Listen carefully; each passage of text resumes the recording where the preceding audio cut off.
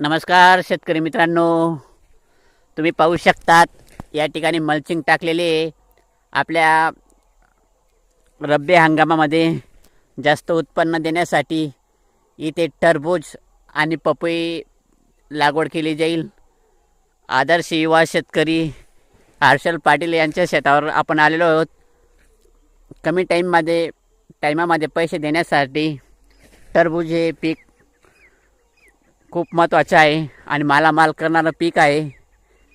आपण यांच्याशी बोलणार आहोत. आदर्श शेतकरी हर्षल पाटील यांच्याशी आपण पपई आणि टरबूजविषयी माहिती घेणार आहोत. तर नमस्कार शेतकरी मित्रांनो, आपण बघत आहात आपण टरबूज साठी शेत तयार करून घेतलेलं आहे.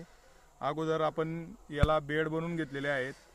त्यानंतर बेड बनवल्यानंतर त्याच्यात बेसल डोस टाकलेला आहे. आपण बेसल डोसमध्ये DAP, पोटॅश, निंबोडी पेंड, सल्फर अशा पद्धतीचा बेसल डोस आपण बेडवर टाकून घेतलेला आहे.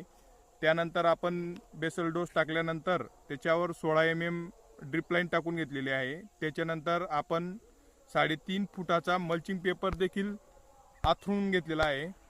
आणि मल्चिंग पेपर आथरून पूर्ण झाल्यानंतर आपण आता याच्यामध्ये होल करून त्यानंतर टरबूजचे बी लावणार आहोत. बी लावल्यानंतर बीचं जर्मिनेशन झाल्या आपण त्याच्यामध्ये लगेच 10 फुटावर 10 बाय 7 फुटावर पपई देखील 15 नंबर लावणार आहोत.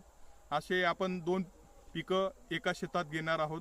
दुय्यम पिकं घेतल्यामुळे असा फायदा होतो की आपल्याला जे टरबूजमुळे मध्ये म्हणजे टरबूजमध्ये किंवा पपईमध्ये दोघींमध्ये कुठलंही पीक आपल्याला पैसे देऊन जातं. आणि आपण जे शेतीवर अवलंबून आहेत दुय्यम पिकांमुळे शेतीला आधार भेटतो आणि खर्च देखील वाचतो. तर धन्यवाद शेतकरी मित्रांनो, पुढचा ब्लॉग बघू.